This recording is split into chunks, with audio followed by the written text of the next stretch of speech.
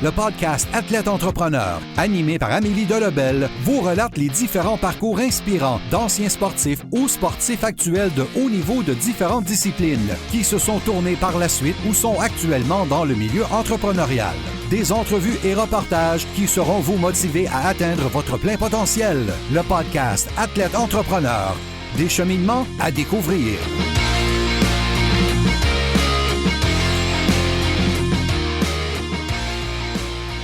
Bonjour à tous, ici votre hôtesse Amélie Delebel et je suis très heureuse de vous accueillir sur mon podcast Athlète Entrepreneur pour cet épisode 089 sur l'entrepreneuriat social avec David Arsenault.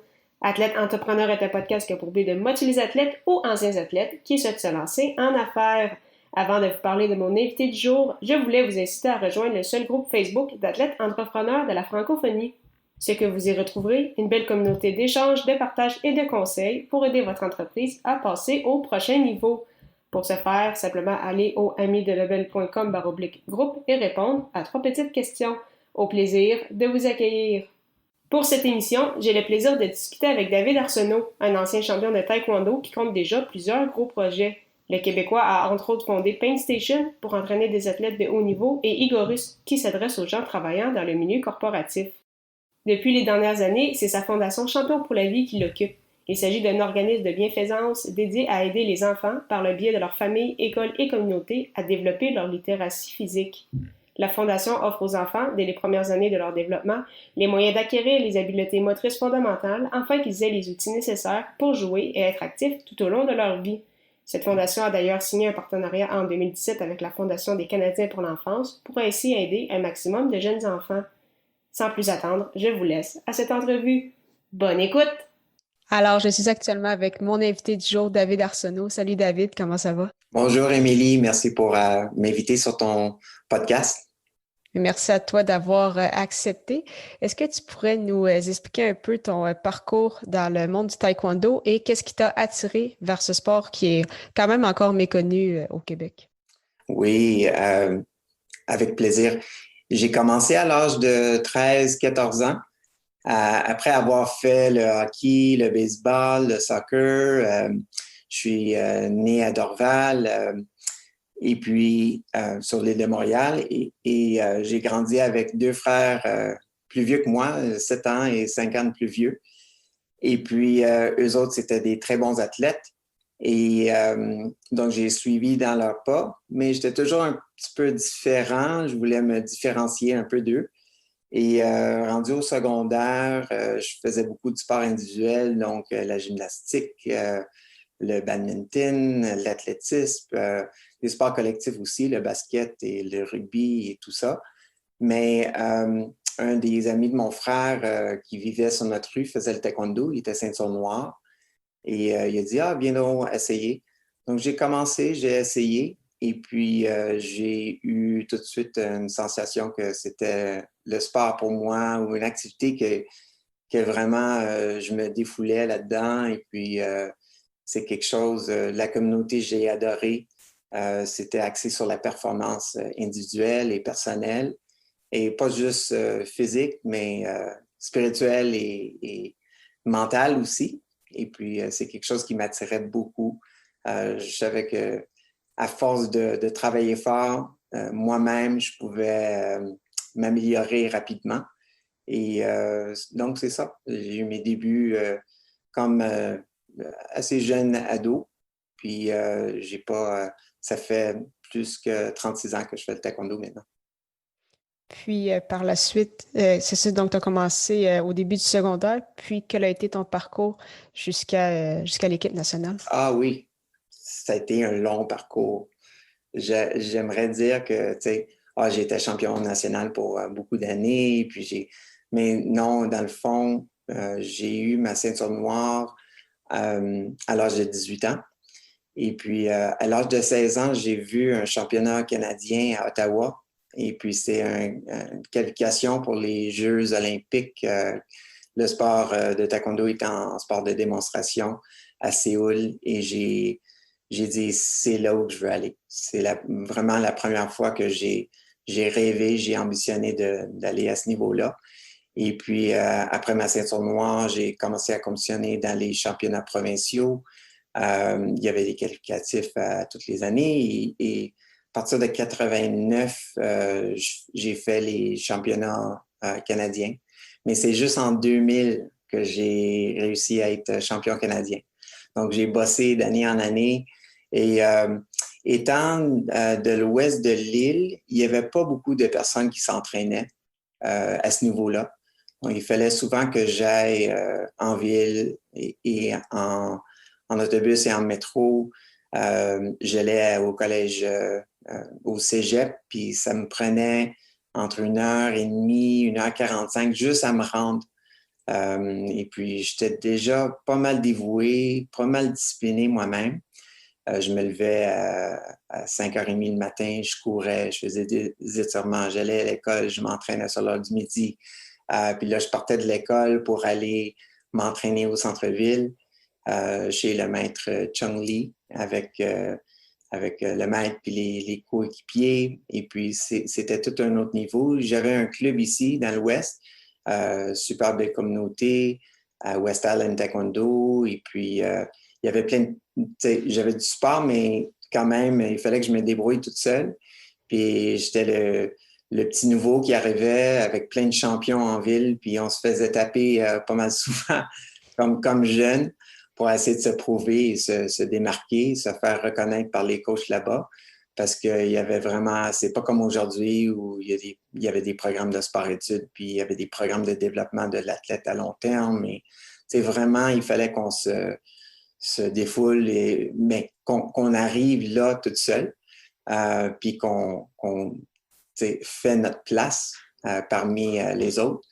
Et puis, donc, petit à petit, sur ma carrière de 11 ans sur l'équipe du Québec, j'ai été 9 fois champion du Québec. Et puis, j'ai fait le podium quelques fois au niveau canadien. On a fait des championnats internationaux comme le US Open. Il y a eu des pays, on a échangé avec, comme le Mexique et des pays d'Europe et tout. Mais c'est pas vraiment avant 2000 que je me suis dit, OK, regarde, je pense que j'avais 29 ans. Puis j'ai dit, c'est ma dernière année. Je me marie en 2000. Je pars une nouvelle vie parce qu'il fallait que je pense à ma famille, à la famille que je voulais commencer aussi. Et puis, je me suis fixé des objectifs personnels autres que le sport. Et puis, vraiment embarqué dans le marché du travail parce que j'étais vraiment... je me considérais comme athlète, premièrement et avant tout. Et puis, donc, moi et ma copine, on s'est rencontrés à 19 ans. Je suis marié avec elle. On est ensemble depuis 29 ans maintenant. Et on a parti notre vie ensemble. On se voyait ensemble. Et puis, donc, c'est vraiment cette dernière année, en 2000, j'ai fait l'équipe nationale. Et puis, on a fait le championnat panaméricain de taekwondo. Et puis, j'ai fait aussi la Coupe du monde au Vietnam. Et j'ai fait les US Open à Las Vegas. Et puis, c'était une très belle façon de terminer ma carrière et puis de partir en aventure dans d'autres aspects athlétiques et de sport. Tu parlais justement que tu avais commencé le taekwondo jeune, que ça fait longtemps fait partie de ta vie, ça fait encore partie de ta vie, mais rapidement, tu as quand même voulu aider d'autres athlètes, donc d'autres personnes, parce que dès les 19 ans, tu es devenu entraîneur privé, donc c'est comme là un peu ce que ton aventure entrepreneuriale a débuté. Donc justement, ça fait quand même longtemps que tu le sais que tu veux aider les autres, les aider à se développer, les aider à avoir de saines habitudes de vie. Absolument. Dans mon sport. Donc, soit je vais être médecin, physio, je vais être entraîneur, mais je veux faire des études qui vont avoir rapport à ma performance. Et puis, dès que je suis rentré à l'université, dans le sciences du sport, à l'Université de Concordia, je suis allé à un centre de conditionnement et puis un club de tennis. Et j'ai dit, j'aimerais offrir mes services Et puis, on dit, oui, c'est quoi ton expérience? J'ai dit, ben, je suis pas encore à l'université dans mon domaine. Par contre, j'ai fait beaucoup d'entraînement et genre, tu sais, je suis ceinture noire en taekwondo. Et ils ont dit, ah, c'est intéressant ça. Est-ce que tu enseignerais le taekwondo ici? Donc, honnêtement, j'avais jamais pensé à offrir des cours de taekwondo de façon formelle. Mais de là est commencé mon école de taekwondo. J'ai enseigné là un an. Et puis, j'ai vite appris que j'aimais enseigner les enfants, j'aimais enseigner les ados et les adultes aussi. Ça me donnait le temps supplémentaire de faire des sous et de m'entraîner en même temps. Donc, je m'entraînais avec les 2 classes, en plus des 4 autres heures d'entraînement que je faisais par jour. Donc, c'était vraiment un complément parfait. Et puis, c'est là où j'ai commencé vraiment à me brander, si on veut, et puis de dire, regarde, je peux travailler et faire des choses que j'aime. Et puis, donc, j'ai parti mon école de taekwondo. J'enseigne toujours aujourd'hui de façon récréative. C'est 3 jours semaine, toujours des enfants, classe d'enfants, classe d'adultes et d'ados. Et je pense que c'est là la première fois où j'ai dit, peut-être il y a quelque chose ici, je peux explorer l'aspect d'entrepreneuriat. Quand j'ai parti du club, j'ai enregistré ma première compagnie et puis j'ai mis ça sous le nom de Interclub Taekwondo. Et puis, donc, de là est parti les possibilités ont commencé à s'allumer en moi pour créer ma propre voie et mon propre travail dans le futur. Et cette voie-là qui a continué, donc en 2000, tu as lancé Pain Station, par la suite en 2003, Igorius. Est-ce que tu pourrais, parce que là, ça, je sais qu'on pourrait en parler pendant des heures, mais est-ce que tu pourrais faire un résumé justement de ces 2 entreprises-là, comment tu les as démarrées, puis quels ont été, en fait, c'est ça, l'impact que ces projets-là ont eu? Oui, j'ai été extrêmement chanceux. J'ai créé ma chance, par contre. Vers la fin de ma carrière de taekwondo, il y a un agent de hockey qui m'a approché. Il a dit, il paraît que tu es un bon athlète et que tu fais plein de différentes formes d'entraînement. Donc, je me suis inscrit au fil des années. Et puis, il m'a demandé d'entraîner 4 joueurs de hockey dans junior majeur. Et j'ai dit oui. Et c'était des très bons joueurs. Il y en a un qui a gagné la Coupe Mémorial cette année-là. C'était Mathieu Lombardi, quand il jouait pour les Tigres de Victoriaville. Et puis, vers la fin de cet été-là, j'ai rencontré Vincent Lacavalier, qui avait le même agent. Et puis, il attendait pour signer un contrat, donc il n'est pas retourné à Tampa tout de suite. Donc, il était en attente à Montréal. On s'est entraîné 2 semaines ensemble. Et puis, l'été d'après, il est revenu s'entraîner avec moi tout l'été. On a commencé. Donc, c'était vraiment l'année de mon championnat national, l'année que j'ai commencé à entraîner des joueurs professionnels de hockey. À partir de ce moment-là, j'ai enregistré une corporation qui s'appelait Igorius. Et puis, j'ai parti mon centre d'entraînement qui s'appelait Pain Station. Donc, j'ai loué une place et puis j'avais un studio d'entraînement. Et Igorius, c'était juste le nom social de l'entreprise ou la corporation, mais c'est devenu plus tard le nom pour les services d'entraînement pour les personnes qui sont en affaires. Donc, surtout, mais c'était pour la plupart des hommes d'affaires et l'entraînement exécutif pour dans un milieu qui était assez étroit. Donc, c'était vraiment... oui, donc de là, j'enseignais le taekwondo, j'entraînais les athlètes et j'entraînais du monde dans le monde du corporatif.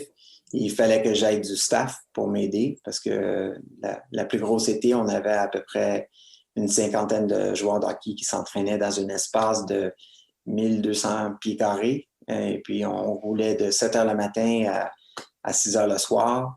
On avait 4 entraîneurs, on avait 8 pros une dizaine de semi-pros, des joueurs collégiales, juniors majeurs. Donc, le plus bas niveau, c'était peut-être le midget 3A, peut-être le Bantam AA. Mais c'était vraiment, vraiment le fun.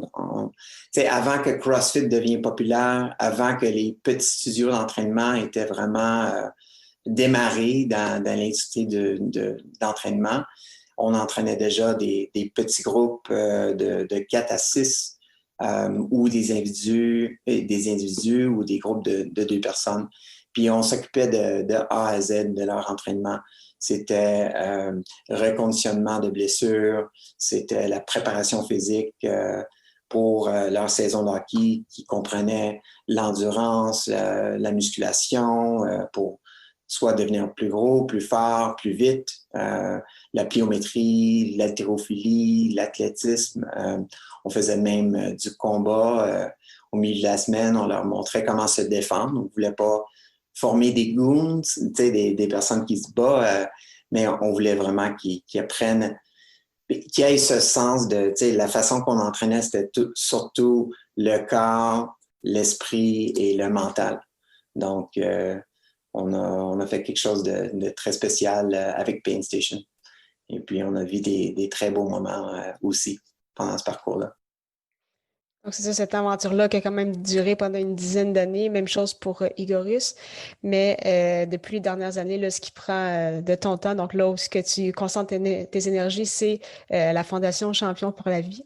Est-ce que tu pourrais nous expliquer justement d'où est venue cette idée de là vraiment créer une fondation, puis quel est en fait l'objectif premier de cette fondation? Oui, absolument.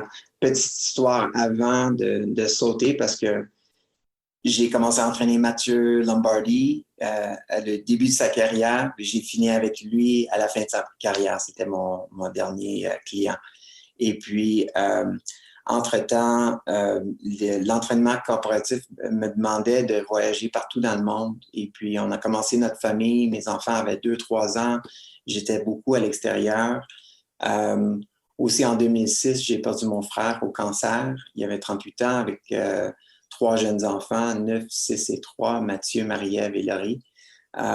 Et puis, je me posais la question, est-ce que je veux être à l'extérieur? Et puis, j'enseignais le taekwondo, mais il y avait du monde qui me remplaçait. Donc, je me sentais vraiment pas capable d'être chez moi et de prendre le temps de bâtir ma communauté. Et donc, j'ai commencé un OBNL et dans l'honneur de mon frère pour faire les choses que nous, on aimait, le sport dans notre communauté. Ça a commencé à Dorval. Et puis de ça est née l'idée d'aider des jeunes, et surtout dans le milieu sportif et de l'activité physique. Et puis, il y avait des statistiques qui disaient que quand on est à la maison ou au service de garde ou à la garderie, avant qu'on arrive à la maison, mettons entre l'âge de 2 et 4 ans, les enfants font 84% d'activités recommandées par jour. Ça, c'est 190 minutes par jour. Puis rendu à l'âge qui rentre à l'école, mettons à la maternelle, de 5 ans et plus, les statistiques baissent à 14%. Donc, et ça, c'est sur 60 minutes par jour d'activité physique modérée et à intense. Et puis, donc, ces statistiques-là sont alarmantes. J'ai connu un terme, ça fait déjà longtemps, mais la littératie physique qui m'a parlé beaucoup. Donc, suite à l'OBNL qui s'appelait Centre communautaire athlétique, on faisait des programmes communautaires et tout pour les enfants, les jeunes athlètes et tout.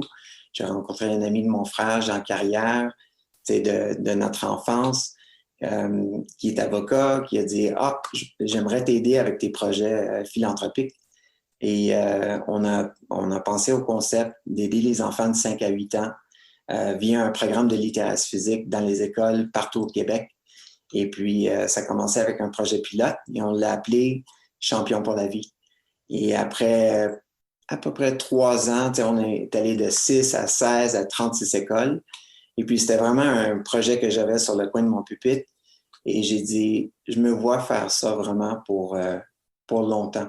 Ça parle vraiment, ça touche mon cœur, ça touche ma communauté, mais ça touche toutes les communautés parce que dans toutes les communautés, on a des enfants qui, on veut les voir grandir, on veut les voir atteindre leur plein potentiel, on veut tous qu'ils soient des champions pour la vie, pas juste des champions de sport. Et puis, c'est vraiment le droit de tout le monde d'avoir la chance de faire de l'activité physique pour son bien-être, qu'ils soient des sportifs ou pas. Donc, après quelques années, l'OBNL fonctionnait très bien. On a été approchés par la Fondation des Canadiens pour l'enfance qui m'ont appelé, qui ont dit « Ah, David, c'était Lucie Boivin et Geneviève Paquette de la Fondation qui ont dit « On aimerait venir voir votre programme. » Donc, on est allé au centre sportif de Petite-Bourgogne où on faisait un programme avec mon meilleur ami, Dickens Mathurin, c'est le directeur général au centre sportif.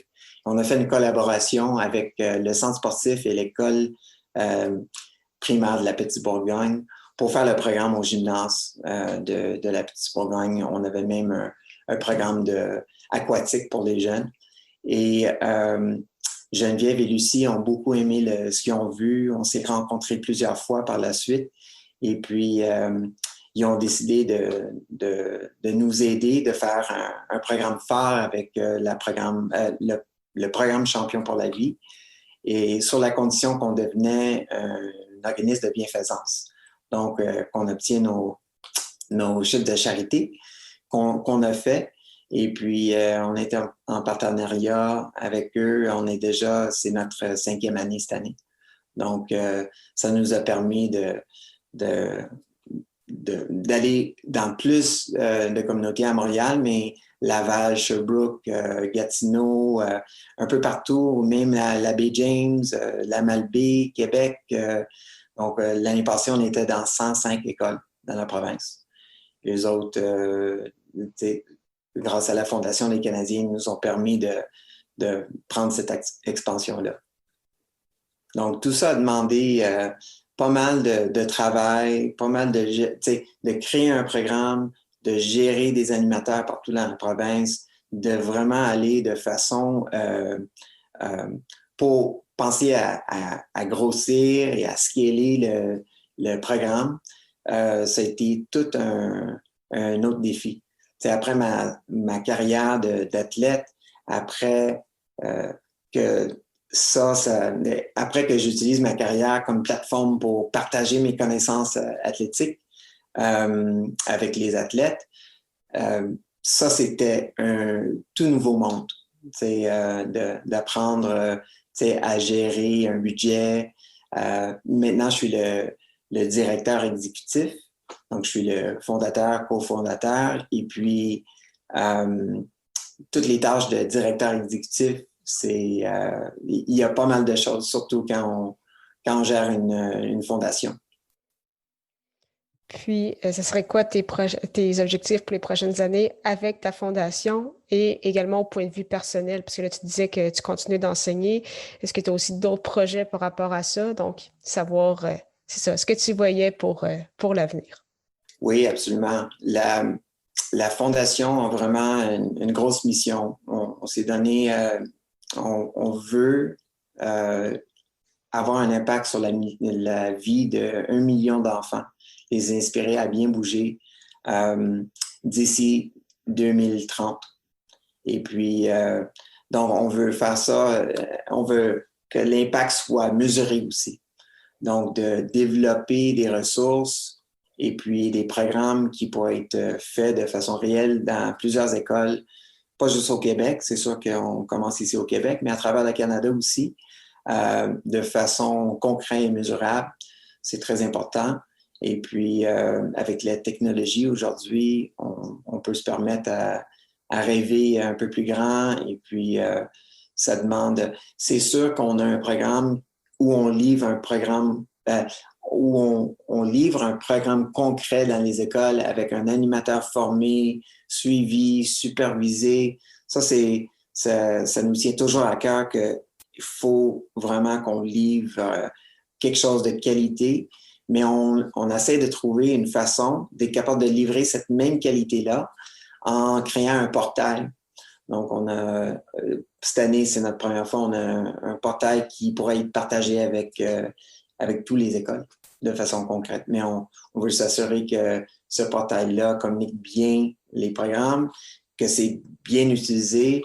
Et on veut créer des partenariats aussi. C'est pas juste la Fondation Champion pour la vie qui est dans la mission d'aider les enfants à développer leur littératie physique.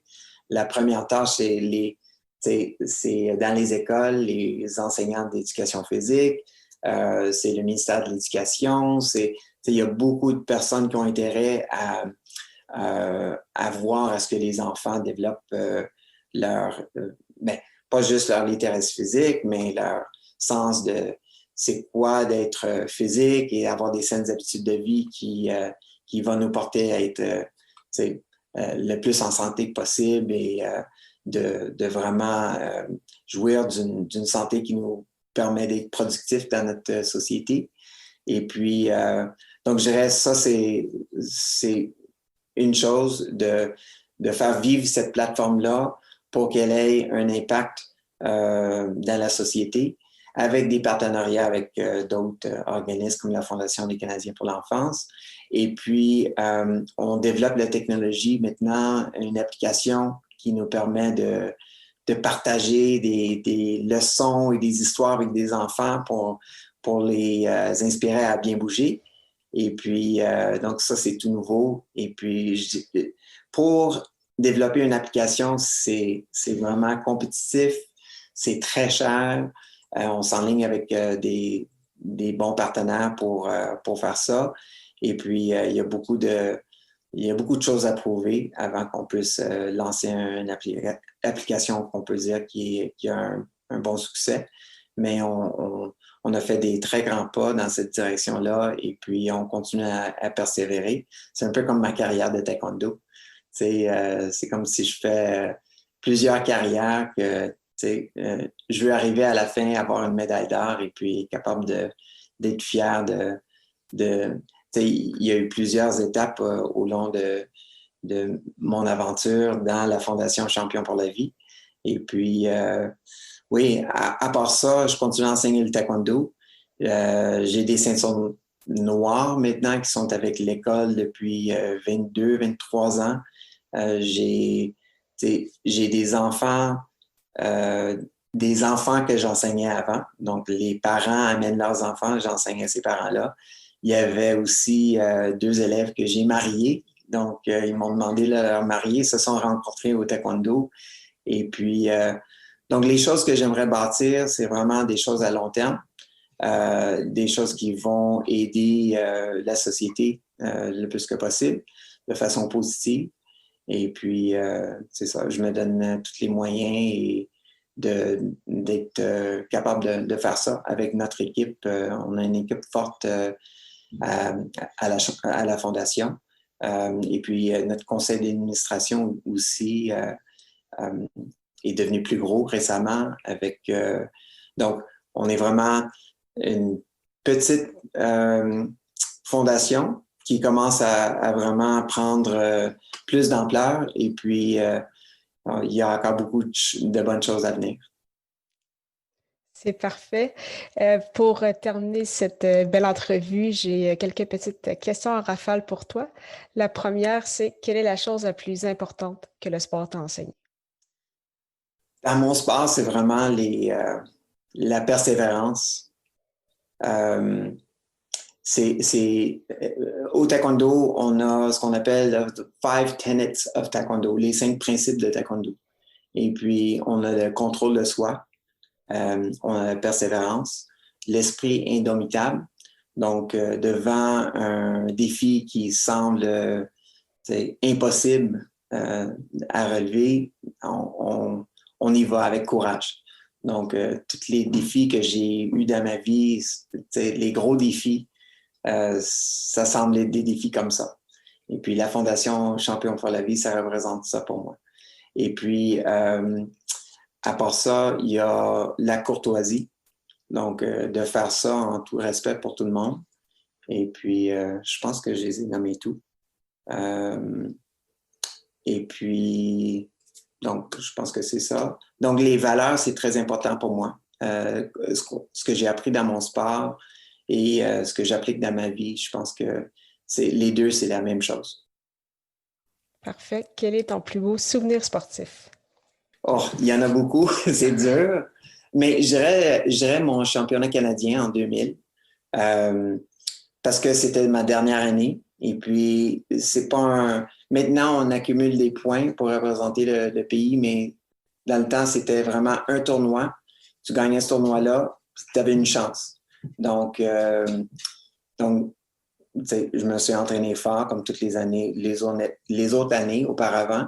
Mais j'ai un coach, Ken Tran, qui était un athlète qui a dit, regarde, on va s'entraîner cette année ensemble, ça va être une grosse année.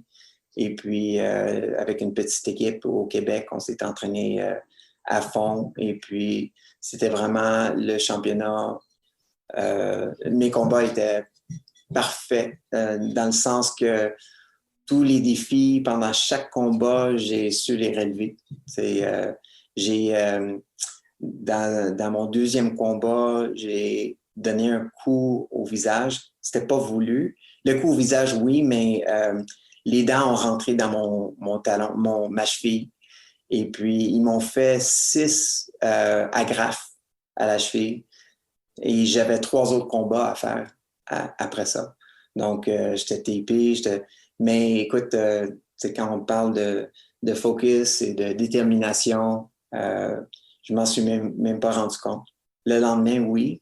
Et puis, mais par contre, donc, tous les scénarios qu'on a pu travailler pendant l'entraînement, pendant toute ma carrière comme athlète, je les ai vécus cette journée-là. Je suis revenu de l'arrière. J'ai débuté la 3e ronde avec un écart de points assez majeur que j'ai soulevé. Et puis, je me suis battu contre un champion dans le dernier match. Tout le monde était là, la pression était haute, puis j'ai passé à travers. Donc, je pense que ça, c'était mes plus beaux souvenirs, parmi les plus beaux souvenirs dans ma carrière de taekwondo. Puis, quel serait ton meilleur conseil pour un athlète ou un ancien athlète qui souhaite se lancer en affaires? Écoute, c'est simple, je l'ai fait, c'est les mêmes principes. Ce que tu apprends dans ton sport, tu appliques dans ta vie. Et puis, c'est tellement... on est chanceux de faire le sport. Tous ceux qui peuvent le faire à n'importe quel niveau, mais d'appliquer ce qu'on apprend, persévérance, de vraiment avoir un rêve et de pousser vers ce rêve-là. C'est pas juste une question de dire, OK, je me pars en affaires pour faire de l'argent. Ça, c'est pas un objectif. C'est une mesure du succès, mais c'est pas un objectif. L'objectif, c'est de changer les vies et puis d'avoir un impact. Et puis, je suis vraiment content dans le sens que la carrière d'athlète, c'était pour moi. Je l'ai fait pour moi. J'ai persévéré, je suis allé au bout pour moi. Mais là, les projets que je fais, c'est pour les autres. C'est pour ma famille, c'est pour tous les enfants qu'on va toucher à travers notre travail avec la Fondation.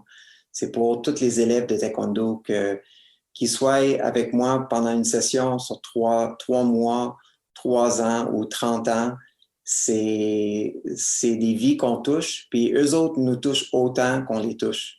Donc, vraiment de voir ça comme vraiment un cadeau, d'être dans un pays où on peut être libre de créer notre propre voie dans la vie, d'avoir vécu le sport et de performer au plus haut niveau dans nos sports, peu importe le niveau.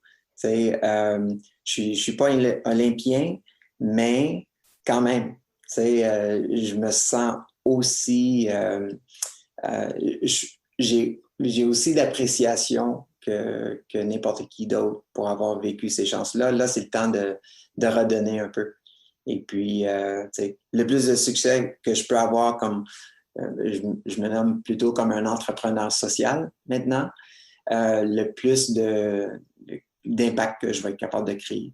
Puis que vous soyez un entrepreneur social ou juste un entrepreneur avec un but, une mission, des objectifs, ça va avoir un impact dans le monde. Et c'est le temps à redonner à la société avec vos bons idées et votre passion et votre détermination.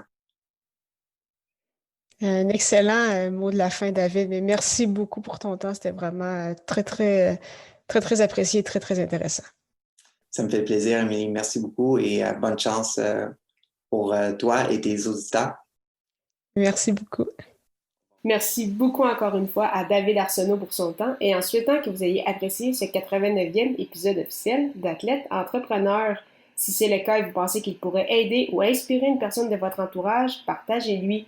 La semaine prochaine, je reçois Dave Thériault, un entraîneur qui a une 20aine d'années d'expérience dans le monde du hockey et qui a fondé son entreprise Structure Hockey Thériault en mai 2016. Ne manquez pas ça!